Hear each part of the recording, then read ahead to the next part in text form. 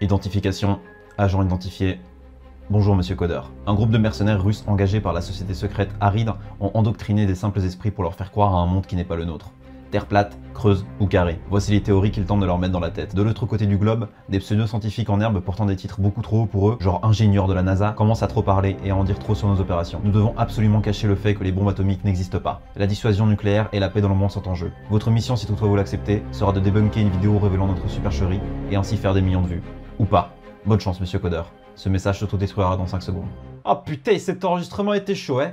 Eh, dis Jacqueline, ton mari, il va mieux depuis sa gastro.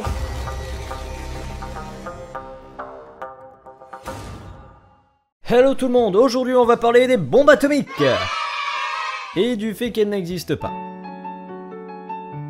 Enfin, c'est ce que pensent certaines personnes. Du coup, allons au plus près des atomes pour voir ce qu'il se passe dans l'infiniment petit de l'Expigaro. Je me suis perdu.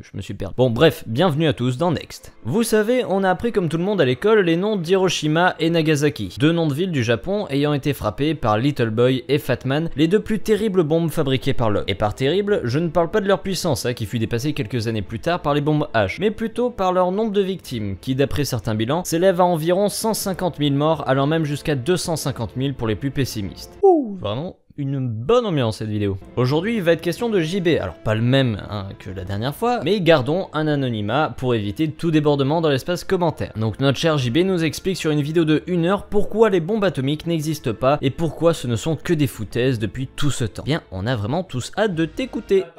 Toutes les images d'explosions atomiques montrent systématiquement une énorme quantité de fumée. Or, à part la vapeur d'eau, la fumée est toujours composée de particules imbrûlées provenant d'une réaction chimique. Et ici, il ne s'agit pas d'une réaction chimique, il s'agit bien d'une réaction atomique réalisée à partir d'atomes d'uranium qui se divisent en deux. Il ne peut donc pas y avoir d'imbrûlés. On vit dans un désert où il n'y a que des cactus et très peu de végétation. Les cactus brûlent très mal et ils sont si peu nombreux qu'ils ne pourraient pas produire autant de gaz incandescents et de fumée. Cette explosion, soi-disant atomique, on voit bien qu'il ne s'agit pas de poussière aspirée du sol, mais bien d'une boule de gaz incandescent qui continue de se consumer en s'élevant. Et surtout, on nous dit que la chaleur générée par l'explosion ferait plusieurs milliers de degrés. Or, à une telle température, toutes les poussières devraient être littéralement volatilisées en gaz et non pas fournir ces énormes volutes de fumée. Et puis regardez cette explosion, soi-disant atomique dans le Pacifique, elle est au-dessus de l'eau, donc le champignon n'est pas constitué de poussière. Waouh, je sens qu'on va bien s'amuser avec toi. Alors, pour la fumée, je suis pas un expert, mais je trouve que tu t'arrêtes un petit peu trop vite sur ton raisonnement. Du carbone, tu restes beaucoup trop bloqué là-dessus. Il y a plusieurs facteurs à prendre en compte. Déjà, la combustion du pas de tir, ainsi que du sol. Parce que oui, les cratères, mon gars, il y a pas tout qui va à côté. Il faut prendre en compte également l'humidité contenue dans l'air qui peut provoquer des pyrocumulonimbus qui se forment là où il y a une intense chaleur. Ils se forment même au-dessus de volcans et de feux de forêt. Si, je te jure, tu n'as qu'à aller voir dans la description. Là où il y a toutes les sources, mais bizarrement t'en parles pas des masses. Il y a aussi toute la matière aspirée par l'explosion, parce qu'au cas où tu ne le saurais pas, la chaleur va vers le haut, tandis que le froid va vers le bas. On le voit très bien ici d'ailleurs, tout est aspiré vers le haut. Donc si la fumée d'une explosion atomique provenait de la réaction de l'azote de l'atmosphère avec l'oxygène, alors toutes les explosions atomiques devraient montrer un champignon de couleur brun-orange, puisque la proportion d'azote atmosphérique dans l'atmosphère est à peu près la même partout, d'environ 78%. Or, plusieurs champignons atomiques sont de couleur noire, voire franchement blanche. La couleur, tiens, venons-en à ces putains de couleurs de champignons. Alors non, c'est pas dû à l'explosion elle-même, effectivement, bravo, sur ce point t'as raison. En fait, la vérité c'est qu'ils rajoutent des colorants à leurs explosifs pour faire beau à la caméra. Non mais putain, mais faut réfléchir un peu, bon sang. Alors, je vais te laisser avec une énigme à laquelle je vais répondre juste après, mais essaye de réfléchir un peu. Imaginons. Tu as deux bombes qui sont exactement les mêmes. Même explosif, même puissance, les mêmes, tout pareil. Tu vas en mettre une à 50 mètres de hauteur dans un désert et tu vas mettre l'autre dans ce même désert mais directement sur le sol. Maintenant, tu les fais péter en même temps. Et là, mais que vois-je? Le champignon n'a pas la même couleur. Incroyable, n'est-ce pas? Un complot? Bah non, c'est pas un complot vu que les bombes, tu sais qu'elles sont identiques, c'est les tiennes. Alors c'est quoi le truc? Eh bien, c'est les conditions. Retiens bien ce mot parce que j'ai l'impression que tu l'as jamais entendu. Les conditions dans lesquelles on a fait exploser nos bombes sont différentes. Celle qui aura explosé à 50 mètres du sol arborera un champignon plutôt blanc, car n'ayant pas touché le sol durant l'explosion, le pyrocumulonimbus contiendra de l'oxyde d'azote, et son nuage restera donc d'une couleur claire et blanchâtre. À côté, ta bombe qui a explosé, elle, sur la surface, aura vaporisé tous les matériau à la surface. Ainsi, en aspirant cela, le nuage va prendre des couleurs plus marron orangé. Et pour de vrai, c'est hyper intéressant de connaître la formation des champignons atomiques. Alors déjà d'une, pour éviter de dire de la merde, et de deux, parce que c'est beau. Genre la jupe là, oui, ça s'appelle une jupe, c'est tout mignon, oui. Bah c'est des débris lourds en fait qui sont en train de tomber du champignon, et du coup ça forme un cône. Et si vous voulez en savoir plus sur ce qui se passe dans la bombe en elle-même, et comment ça fonctionne, j'ai fait une vidéo dessus entièrement en 3D, et bien faite, avec des bonnes petites explications, et ceci est totalement de l'autopromo. On va comparer maintenant deux types d'explosions. Voici un essai atomique, soi-disant atomique, c'est l'essai Grabble. Et voici maintenant l'explosion d'une centrale électrique. Et vous voyez, on a la même couleur jaune-orangé, typique d'une explosion contenant beaucoup de gaz et de carbone. Et maintenant, l'explosion d'un dépôt de munitions. Toujours pareil, les mêmes couleurs jaune-orangé. Alors bien sûr, c'est la taille qui est différente. L'explosion soi-disant atomique est beaucoup plus importante, beaucoup plus puissante qu'une explosion classique. Ces photos prouvent que ces explosions soi-disant atomiques sont en fait des explosions avec des réactifs classiques, TNT ou explosifs à base de napalm. Alors non, désolé, hein, c'est quoi ces raccourcis? Mais qu'est-ce que c'est que ce mec? Bon, admettons et mettons en doute tes arguments via une expérience très simple. Voici une explosion de poudre noire récupérée sur internet. Ça fait de la fumée blanche, c'est beau, tout ça. Maintenant, je vais faire une petite bombe à la con, avec un mélange maison. Alors je vais pas vous donner la recette, hein, mais sachez que c'est liquide et qu'il n'y a pas de poudre noire dans la bouteille. Maintenant, on attend que ça explose. Voilà, donc selon tes arguments, vu que la matière utilisée et les réactions sont totalement différentes, les explosions devraient avoir une gueule différente. Maintenant, si nous mettons les deux explosions côte à côte, oh, c'est étrange.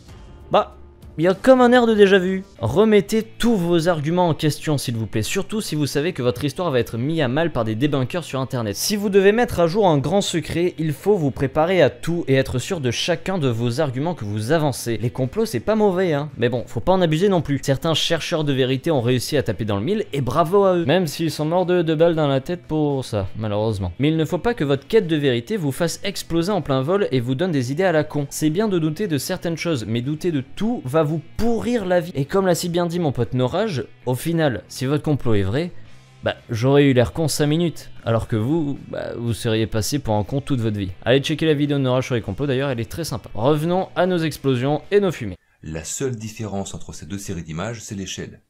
Les explosions soi-disant atomiques sont beaucoup plus importantes que les explosions classiques, non pas parce que ce sont des explosions atomiques, mais parce que la quantité d'explosifs classiques utilisés est beaucoup plus importante. Je suis en train de penser à un truc là. Tu nous dis que la différence de grandeur est due à la quantité, je cite, de TNT, napalm ou fuel qui a été augmentée pour permettre une boule de feu aussi immense. Imaginons un instant que l'explosion d'Hiroshima ait été en fait de la simple TNT larguée depuis un avion. Là, ce qui va m'intéresser, c'est la puissance de l'explosion. Et oui, tu vois là où je veux en venir, mais en même temps, c'était trop tentant. On nous dit sur le Wikipédia de Little Boy que la puissance équivaut de 13 à 16 kilotonnes et que les données varient à ce sujet. Du coup, on va prendre la valeur la plus faible, donc 13 kilotonnes. À savoir que c'est une masse calculée par rapport à l'énergie en joules libérée par la bombe. Bon, déjà dans le cerveau de certains, ça commence à faire tilt. Maintenant, allons chercher combien il nous faut de kilos de TNT pour arriver à 13 kilotonnes de TNT. Bon, avec un simple calcul à la con, hein, on sait que ça fait 13 millions de kilos de TNT. Alors, c'est pas pour remettre ta parole en doute ni quoi que ce soit, mais ça va être techniquement compliqué de mettre 13 000 tonnes de TNT dans un avion, hein, et de le faire décoller en plus. À titre de comparaison, Little Boy faisait 4,4 tonnes. Et la Tour Eiffel, elle est estimée à 10 000 tonnes. Et si on s'amuse encore plus avec les comparaisons, le Enola Gay, hein, l'avion bombardier Boeing B-29 qui a largué Little Boy, pèse à peine 33 tonnes.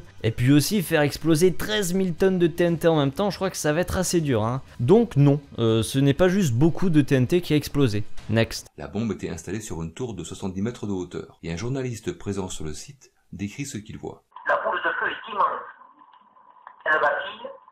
On dirait qu'elle cherche son équipe. Un pilier de fumée bouillonnante noire se dresse. On a l'impression d'un dépôt de pétrole qui brûle. Mais une explosion atomique ne peut pas avoir l'aspect d'un dépôt de pétrole qui brûle. Une explosion atomique, si ça existait, ne ferait qu'un intense flash de lumière et c'est tout. Mais en aucun cas, cela ressemblerait à la fumée d'un dépôt de pétrole en feu. Non, non, non et non, ça marche pas comme ça mon gars. En fait je t'explique, tu veux faire quoi là, à surligner en jaune la comparaison avec le dépôt de pétrole qui brûle, hein? Comme tu l'as dit toi-même, c'est l'audio d'un journaliste qui était sur place. Et lorsqu'un journal doit réécrire ses dires dans un article par exemple, c'est mieux d'avoir une comparaison pour se faire une idée. Surtout côté grand public qui va entendre ça à la radio, hein. C'est toujours mieux qu'un mec qui dit juste que c'est beau. Oh que c'est beau putain, oh là là là, je peux vous dire que c'est très beau, mais quelle beauté, quelle merveille. Ah non mais c'est magnifique, c'est très très beau. Ah non mais qu'est-ce que c'est. Ah fichtre que c'est beau, putain, mais c'est pas possible là. Waouh. Eh non mais franchement, qu'est-ce que c'est beau. Je peux vous le dire de mes yeux, je vois que c'est beau, putain. Sur le site où a explosé Trinity, la première bombe atomique de l'histoire, on a trouvé du sable qui a été vitrifié par l'intense chaleur de l'explosion et serait devenu vert. Ils ont appelé ce produit Trinity. On peut même en acheter sur le net pour 200 $ le morceau de 14 grammes. C'est un bon business. Mais pourquoi ensuite on n'a plus jamais trouvé de Trinitite sur les sites des autres explosions atomiques? Pourtant il y aurait eu plus de 2000 essais nucléaires dans le monde, dont 210 réalisés par la France dans le Sahara et sur les îles du Pacifique. Et vu que cela se vend 15 000 $ le kilo, c'est étonnant que personne n'ait l'idée d'en faire le commerce. C'est parce que ça n'existe pas. Les premières trinitites qu'on a trouvées ont été fabriquées, puis ça devenait sans doute trop fastidieux à réaliser, et ils ont laissé tomber. D'ailleurs, regardez comme c'est facile de faire un produit ressemblant à la trinitite. On chauffe au chalumeau du sable avec un peu de colorant, on laisse refroidir, et voilà, un bout de trinitite. Ah là là, la hauteur de tes arguments n'a que de limite à conneries, c'est pas possible. Alors je suis désolé, mais il y en a certains qui disent que je suis un petit peu trop hautain dans mes vidéos. Non mais il y a de quoi aussi les gars. Notre cher JB nous montre que c'est pas compliqué de faire un truc qui ressemble à de la trinitite, donc que ça existe pas. Et vu le prix au kilo, il trouve ça étrange qu'il n'ait pas continué à en faire. Alors, premièrement, ça c'est de l'or, et ça c'est de l'or. Qu'on soit d'accord. Et c'est faux. Ça c'est de la pyrite, et ça c'est de l'or. Voilà, maintenant qu'on soit d'accord. Et c'est encore faux, ça c'est de la pyrite et ça c'est de la pyrite. Voilà, tout ça pour vous dire que c'est pas parce qu'il y a quelque chose qui ressemble à votre envie que ça l'est pour autant. C'est pas pour rien que la pyrite s'appelle l'or des fous, hein. C'est parce que de nombreux chercheurs d'or ont confondu le précieux métal à de la pyrite. Et pour ce qui est de la valeur, faut pas réfléchir bien longtemps pour se dire que si c'est un objet en quantité limitée et qu'il est rare, pas besoin d'aller bien loin pour se dire que sa cote augmente au fur et à mesure du temps. Je suis sûr qu'il y a 30 ans, la trinitite valait moins de 1000 francs le kilo. Donc pas besoin d'en faire tout un complot. Et pour ce qui est de la création de cette trinitite introuvable après le premier essai atomique, je te laisse réfléchir un peu, hein, mais il y a plusieurs facteurs qui peuvent entrer en jeu. Les composants de la bombe dans un premier temps, je parle pas forcément de l'uranium, le sable de la zone et les éléments autour de la bombe, les bidons qui traîneraient sur le site de l'explosion. Ouais. Et au vu de la composition de la trinitite, je penche sur le sable de la zone, ce qui expliquerait pourquoi on en est retrouvé que sur le premier site. Et puis autre chose, c'est que les effets qu'on nous décrit ne correspondent pas du tout à ce qu'on voit. Voilà ce qu'on nous décrit. Le sable composé en grande partie de silice fondit et se transforma en un verre légèrement radioactif et verdâtre qui fut appelé trinitite. Mais sur la photo, c'est pas du sable, c'est de l'argile et même pas vitrifiée. Intéressant. Non, parce qu'en fait, les photos, tu nous montres pas d'où elles viennent en fait. Il y a des sources dans la description. Ah bah non. Bah non. Fallait s'en douter. Très bien. Donc t'essaies de nous faire croire à quoi là en fait que les photos ont été prises 1 heure après l'explosion? Oh que non mon copain. Alors déjà, perso j'ai retrouvé la photo du site après l'explosion de celle-ci, hein. Et on peut dire que les photos que tu montres n'y ressemblent pas vraiment. Et puis tes photos là, elles n'indiquent aucune date non plus, hein. Il y a juste écrit after the test. Donc ça peut être n'importe où dans le temps. Et je vois pas des masses la tache noire du cratère, mis à part certains restes là-bas peut-être. Ah là là, qu'est-ce que c'est beau de détourner des images pour en faire des preuves, mais ce ne sont que des suppositions que tu nous fais là, et ce ne sont pas des preuves mon gars. C'est tout ce qui nous montre comme preuve de l'explosion d'une bombe atomique de 20 kilotonnes à cet endroit. Mais c'est faux, non mais c'est incroyable que t'affirmes cette chose en audio et par écrit en plus, non mais arrête de te foutre de la gueule du monde. Et voici la seule photo en couleur de l'explosion, qui aurait été réalisée par Jack Eby, un physicien. Pourquoi l'État américain n'a pas demandé à un professionnel de faire ce genre d'image? Pourquoi est-ce qu'ils ont pris un amateur qui a fait des photos d'aussi mauvaise qualité? C'est vrai aussi que le flou est bien pratique pour cacher les détails. Et comme on dit, quand c'est flou, c'est qu'il y a un loup. Pardon, j'ai failli m'étouffer avec ces conneries là. Attends, photo d'aussi mauvaise qualité. Non mais pourquoi, tu voulais une photo 4K avec 3 millions de couleurs? Comment ça se fait? Non mais est-ce que tu te fous de ma gueule? Non mais attends, je crois que tu oublies 2-3 trucs là. La date déjà, le 16 juillet 1945, donc il y a 76 ans mon gars, désolé s'ils avaient pas l'HD à l'époque. De deux, qu'est-ce qui te dérange dans cette photo? C'est quoi? C'est qu'elle est toute noire alors que l'essai a lieu en pleine journée? Ah ben ça c'est la surexposition et le temps de pause. Et oui mon gars, avec une boule de feu qui brille à 100 fois plus que le soleil, tes photos elles vont avoir l'air un petit peu sombres. Et qui te dit que ce physicien n'est pas aussi un professionnel de la photo? Enfin je veux dire, il est pas plus con qu'un autre, hein. Bon en tout cas il est moins con que toi, ça c'est sûr. Regardez aussi l'image au ralenti de Trinity. Vous êtes sûr qu'il s'agit d'une explosion atomique? On est en plein délire psychédélique là, non? Non, on n'est pas en plein délire mon gars, c'est toi qui l'es, je te le dis. Ce que tu vois à l'écran là, c'est une boule de plasma provoquée par la fission nucléaire. Et ces petits pics là, eh bien c'est ce qu'on appelle le Rorschach Effect. Tout simplement, la boule de feu qui accessoirement est à 20 000 degrés à la surface émet des rayons lumineux d'une puissance énorme. Et tout ce qui est solide dans la zone va absorber la lumière et chauffer très rapidement, jusqu'à se vaporiser. Ce que vous voyez là, c'est donc la vaporisation des câbles qui tiennent l'armature qui tient elle-même la bombe. Et sinon, si tu veux savoir comment est faite cette boule de feu, eh bien je te laisse avec les sources dans la description. Car moi au moins j'ai des sources, hein mon grand JB? Elles sont où les tiennes, hein? Ah bah y'en a pas. Regardez cette photo des soldats devant l'explosion de Trinity. La bombe a explosé à 5h25, soit environ une demi-heure avant le lever du soleil. Comment est-ce possible que les soldats fassent des ombres? Alors là, le soleil n'est pas levé, il ne peut pas y avoir d'ombre. Ou alors ils auraient été éclairés par un projecteur qui aurait été oublié. Dans ce cas, les soldats dans le fond ne recevraient pas autant de lumière que les soldats au premier plan et ne devraient pas être autant visibles sur la photo. Il s'agit là encore une fois d'un montage. Tu nous lâches au calme que c'est un montage. Bah très bien, vérifions. Alors tu sais, moi je fais de la 3D, que ce soit pour mes vidéos YouTube, pour mes miniatures ou bien même pour me faire un beau Tipeee. Passez sur mon Tipeee, il est tout beau. Et j'utilise un logiciel du nom de Cinema 4D. Et il y a un truc qui est trop bien dedans, hein, qui simule la lumière du soleil selon la date et l'heure à laquelle on veut pour avoir une exposition du soleil parfaite et à l'endroit où il était exactement par rapport à notre scène. Ce qui fait que si on met la date du 16 juillet 1945 à 5h25 du matin et qu'on fait un rendu, oh mais merde!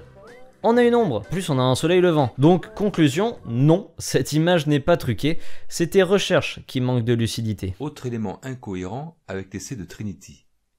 Il a eu lieu le 16 juillet 1945 et 3 semaines plus tard, le 6 août 1945, ils ont envoyé soi-disant une bombe atomique sur Hiroshima. Est-ce sérieux? Les tests sur n'importe quelle machine un peu complexe prennent plusieurs années. Non, pas forcément, pas en temps de guerre, hein. Le temps justement c'est ce que les pays n'ont pas. Regarde, par exemple il a fallu que quelques mois pour récupérer le gaz moutarde des Allemands et le rendre 30 fois plus puissant sur nos lignes. Bah alors, je vais pas vous le cacher, mais j'en suis qu'à 23 minutes de vidéo sur 54 et je suis épuisé de devoir toutes les 30 secondes m'arrêter pour dire ce qui ne va pas avec ces arguments. Donc je vais m'arrêter là pour aujourd'hui et on y reviendra dans une prochaine vidéo ou peut-être pas, ou peut-être qu'un collègue débunker fera le reste du travail, mais moi j'en peux plus. Toutes les 30 secondes le mec balance des mais pourquoi ils ont fait ça au lieu de ça, ou mais dites donc il y en a des incohérences. Mais c'est toi qui les crée les incohérences mon gars. Non mais regardez, même dans les commentaires il dit de la merde mais de manière extrême. Les morts suite aux radiations de Hiroshima et Nagasaki n'existent pas. Mais oui bien sûr, tiens allez allons-y, toujours plus. Tu nous rajoutes même qu'ils ont été tués au napalm pendant un largage de plusieurs heures. Ah bon? Ah bah très bien. Bah, hein, elles sont où les preuves de tes conneries là? Non mais parce que côté japonais, ils décrivent une énorme boule de feu, une intense chaleur, un grand flash et une seule explosion. Mais bon, ça apparemment, j'ai l'impression que t'as oublié qu'il y avait des victimes survivantes qui pouvaient aussi témoigner. Je vais vous dire un truc, vous me fatiguez, monsieur JB là. Je vais pas m'amuser à faire votre babysitter tout le temps. Chaque jour, je me rends compte de la stupidité d'une partie de la population et c'est affolant. Alors, petit message pour toi JB, hein, qui pense que l'univers est contre lui. Alors, je pense pas que ma vidéo te fera changer d'avis, vu que tu tiens un site entier de complot, mais sache que tu fais, on peut considérer ça comme de la fake news. Et aujourd'hui, c'est pas très jojo. Parle-en autour d'un repas de famille de ta théorie, mais laisse plus tes merdes sur internet pour le bien de tous, s'il te plaît. Parce que rédiger l'entièreté de ta vidéo sur des dires ou des suppositions ne fait pas de toi un chercheur de vérité, mais un charlatan du clic.